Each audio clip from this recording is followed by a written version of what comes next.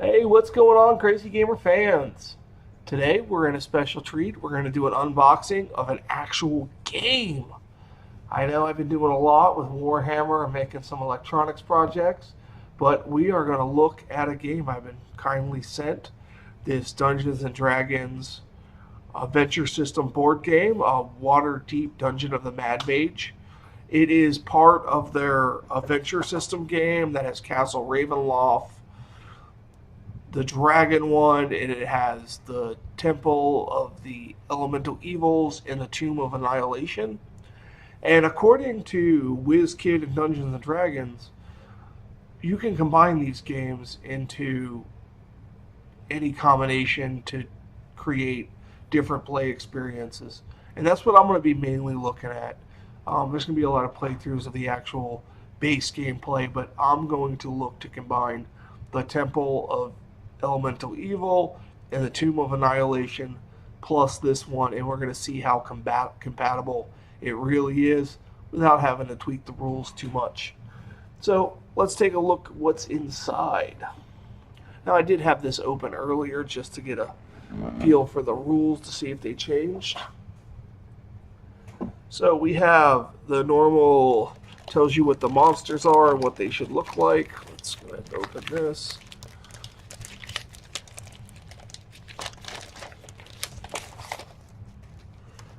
So we got, zoom in a little bit. Looks like we have a shadow, a grung, an intelligent devourer, a grung elite warrior. There's some veterans, some thugs, a flying sword, a beholder zombies, death tyrants, some ooze, and appears to be for the heroes a human paladin, a half-elf cleric, a tiefling fighter, a human sorcerer, and a gnome rogue. That sounds interesting. Little people make the best thieves. So here is the rule book. Let's back out. Here is the rule book, and it's just like the other games. There's an adventure book, and then there's a rule book, and rules are basically the same. I did notice a couple changes, but it's just mainly wording. This is a very simple game to play. It's not hard. It's great for kids. I have an 11-year-old that loves these type of games, and it comes with miniatures, and you roll a die and you play it out. But we'll look into that. And then it's got an adventure book. I don't want to show off too much of this adventure book, but it does have on the back of it for your first game what powers you should take for any of the heroes in the group. So we'll look at the powers, and maybe we'll look at what each one should take in their first game and how I feel about that after playing hours and hours of the other game. I'm a big fan of these games. I'm a big fan of combining these games. So let's see what we got. Let's take a look at these minis here.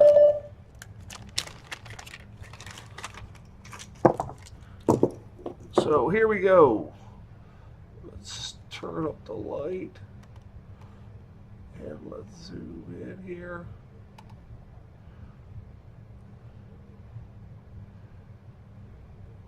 And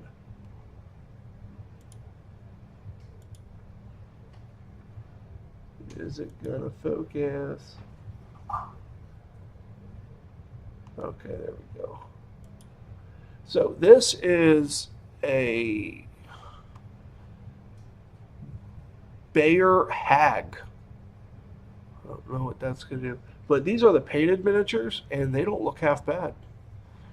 It is going to be mixed with unpainted miniatures, so that's going to be a thing, but I'm not too worried about it. That's that, and then let's see what we got here. We have a shadow, and there's 3 shadows total. Here's the other 2. I'm going to back that off a little bit. Sorry about the dark video. I'm having issues with getting the camera to see. And there was 3 hags, and then this is the first sign of damage. That sword is bent. And a little hot water, and I'll be able to fix that. I hope it doesn't damage the paint. But let's see, who is this guy? This guy is, it's on the bottom, of course, the veteran leader. So that's one particular one that's going to need to be fixed. Let's take a look at this bag. And it's common with these D&D games. They're just thrown in the box, so there's damage. I know people don't like that, but there is. This is a Scaladar. This looks like a little mechanical scorpion. Looks pretty nasty. That's probably going to be a villain, one of the big bosses. Let's see what we got here.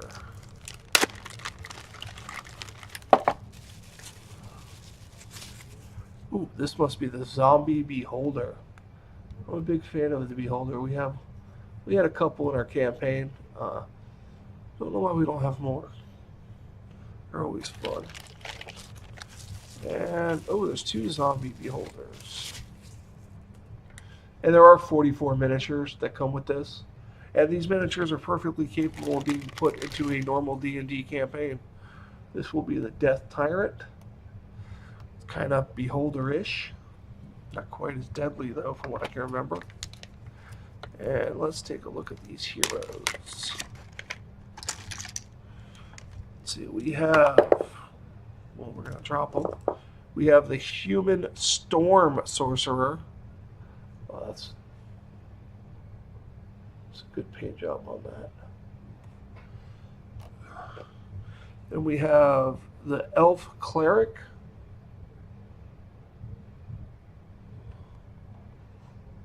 I'm having the worst time focusing this. Let me focus on something here.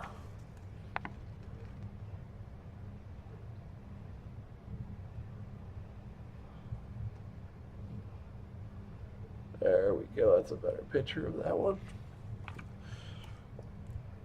And then we have the Tiefling Battle Master. I'll tell you, these aren't painted that bad. They do a lot better job than I would do if I attempted to paint it. And then we have the little gnome rogue. Just a little bitty. Oh, I think it's a girl. That's so cute. And then we have the human paladin of the Oath of Vengeance. That sounds interesting. So, and I believe that all the heroes from at least the last 3 games are compatible. I assume with a few rules changes, all the heroes from all 5 games would be compatible, which I may very well do, because there's some heroes in the first couple games that I really like. This is a Brigade. Yeah, I butchered that. And it look a little medical guy. Little flame fireballs shooting at you.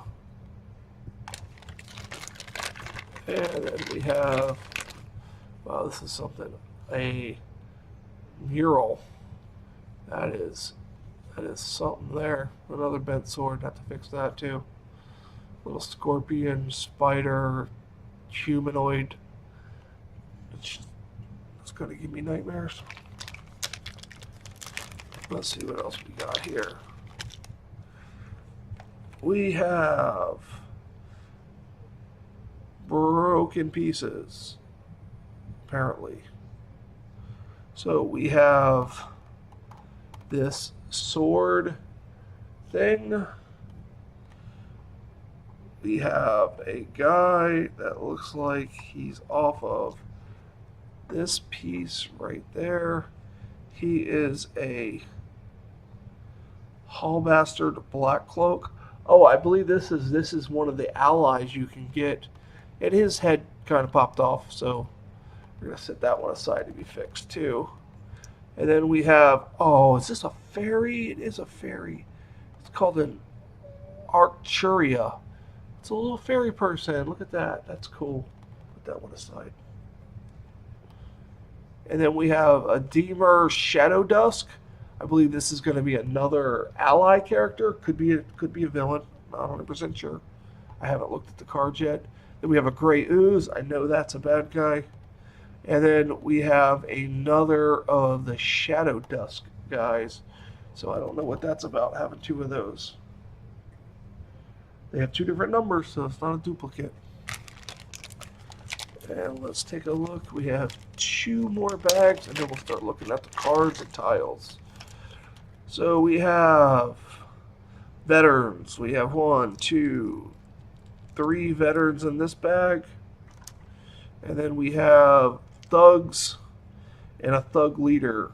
There's your thug leader right there. And then we have 3 thugs with maces.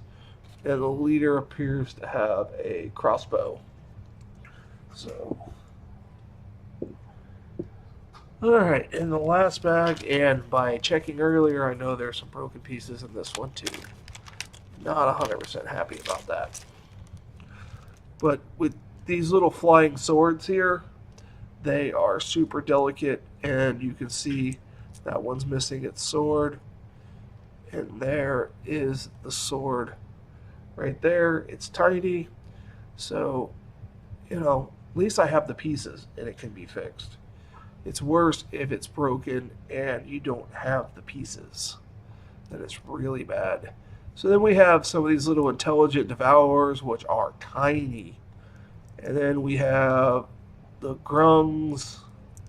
And then this is the elite grung warrior. It looks like there's only one of those. And 3 of the grungs, and there was 3 of the flying swords, including the broken one. It looks like there's 6 of the devourers. Put these down. Now let's... Oh, and you get a 20-sided die. That's basically the only die you need. So let us take out... This is all the cards. These are standard side playing cards. There's many different cards. I will say this, you do shuffle them a lot, so I sleeve my cards, and I sleeve them in a system. The adventure cards are sleeved in clear, I believe, and then I sleeve all the powers in the color, like the treasure cards are in yellow. The monster cards, I believe I do green. And then the encounter cards I'll do in brown. And then I believe I just do clear with the rest. But let's see. We got all different kind of cards here. I don't want to... Let me get the... I don't want to show any spoiler cards. So I just want to take a look at this. I don't want to... Well, I guess you'd have access to see the powers of the different heroes. So we have a cleric.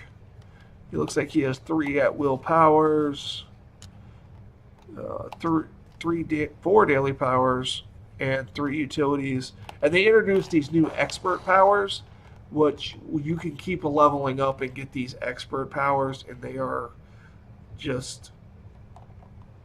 Yeah, this one you can use a healing surge without spending a healing surge. It's just you flip it over. Some of these they don't even flip over, and they're just you level up. You level up level 1, level 2, level 3, level 4, and you flip over your tile, and you also gain extra daily cards, daily power cards, or utility power cards, and then you. At the end, I think level 4, you get an expert and a daily power. So you can level up pretty well, and that's more than the other games that were released. And here's the fighter, 3 different at-wills, 4 dailies, 3 utilities, and 3 expert.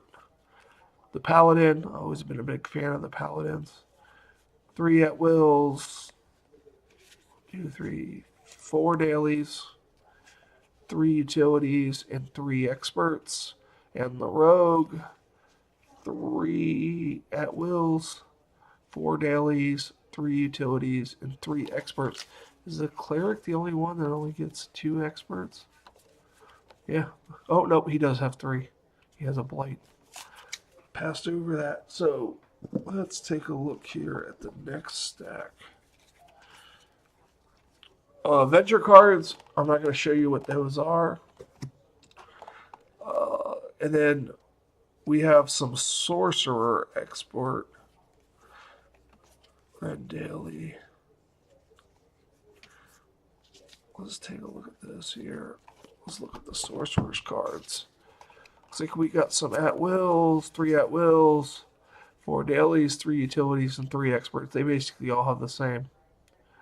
So, sorcerer's not bad. Put those with those. And then we have spell cards and basically monsters and heroes can use spell cards. I will keep those. A surprise. Treasure cards. If you kill a monster you control or any monster, you get a treasure card only once per turn. And also there can be treasure chest tokens where you get to draw 2 treasure cards and discard 1. So I'm not going to show those because they're spoilers. And then the monster cards, I will show you, not that one. Monster cards, here we go. And nice stack of monster cards. And there's event cards. And then there's the Grug. It's a weak guy. You see him a lot. But they basically have an AC value, hit points. They have tactics they follow.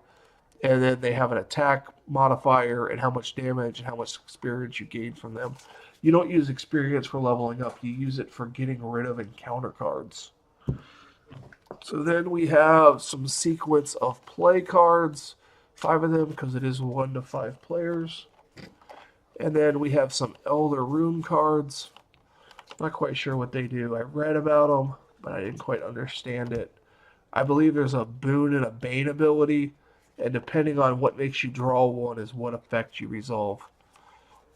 And then the encounter cards, which are the brownish color, and I'm not going to show those. And then trap cards, if you draw a trap token that says draw, you'll draw one of these trap cards, and trap and encounter cards are awful. They are never good in this game. Either are the monster cards, but it's fun. And let's take a look at this stack of tiles.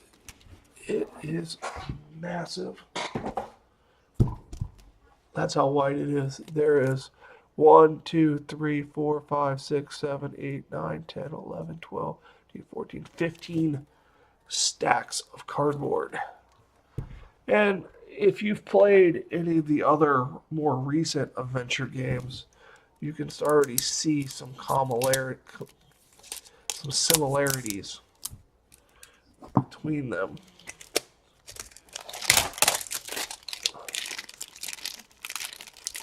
I really put the loud plastic on.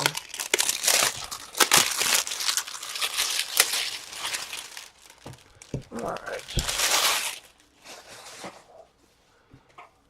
So, here's a tile. Here's the front. And that's what the back looks like. These are your dungeon tiles. These will be your money tiles, status token, stun token, monsters with hit points, traps. If you take a look here, the traps, they can be marked safe, which is no penalty. You can also disarm traps.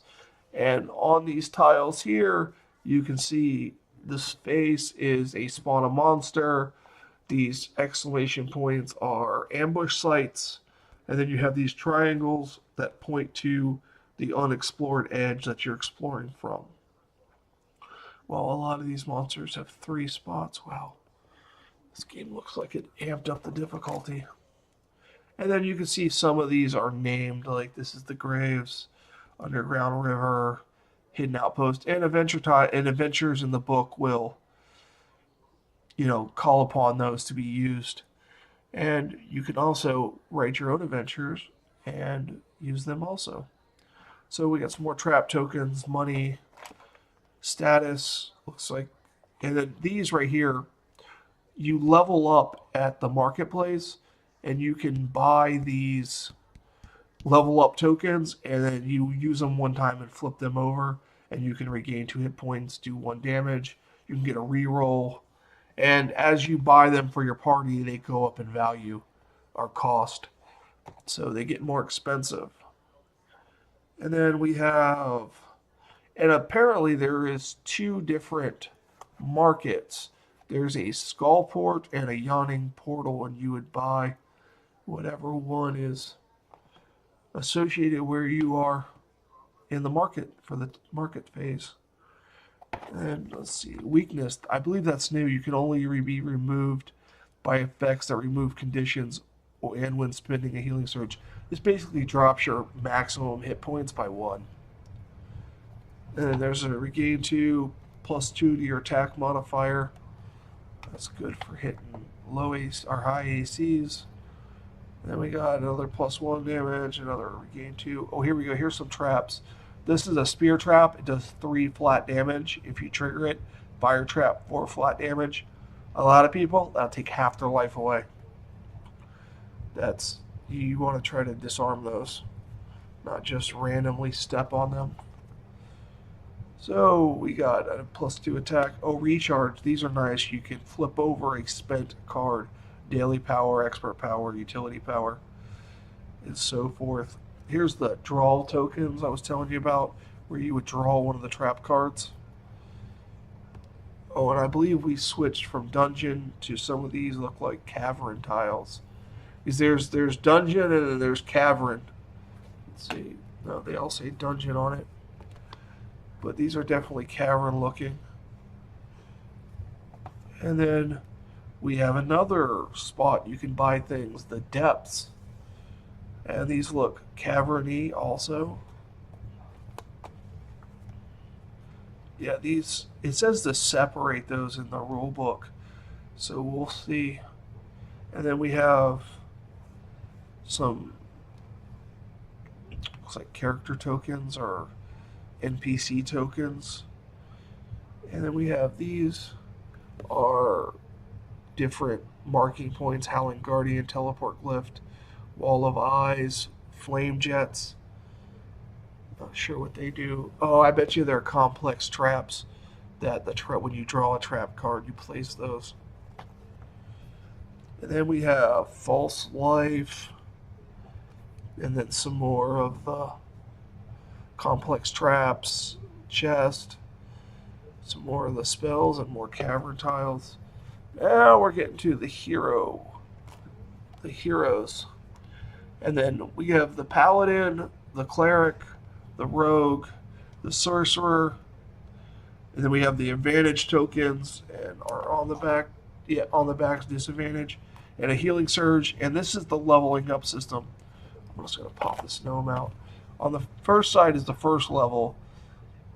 When the book tells you to level up, you will flip this over to the second level, and then when you level up again, you will take this level up token, and it basically increases your HP, and then you get a additional utility and an expert power, and that's the third level. And you flip it over again for the fourth level, you get plus 2 your AC, plus 4 to the hit points, plus 2 hit points, and then you get a additional utility, daily, and 2 expert powers. I think this is in conjunction with what you already get. I don't think it's an additional, it's just what you're able to have. So for the rogue, for example, would have 2 daily powers, 2 expert powers, 3 utility powers, and the 2 at-will powers. I'm going to look into that more. And that's that. And then we have the fifth hero, the Tiefling Fighter. And then we have some villain cards, some more level ups, advantage, healing surges. And then we have the big boss. Oh, the fairy is the big boss. That stinks. Thought we were going to get to use the fairy. And then we have some more NPC tokens over here. Advantage, hit point markers, treasure chest. And then we have the entry well where you start off. It's a double tile. And then the mirror gate is a double tile. Some 5 hit points.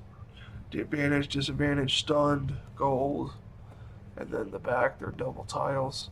And then we have the Archgate and the Shadow Dust Cold, which are also double tiles. So that is what is in this box. I'm going to do an unboxing on the Temple of the Elemental Evils and the Tomb of Annihilation, so we're all on the same page on what's in all the boxes. And then we're going to start combining these and seeing what happens. For Crazy Gamer Games, I'm the Crazy Gamer. Have a great day.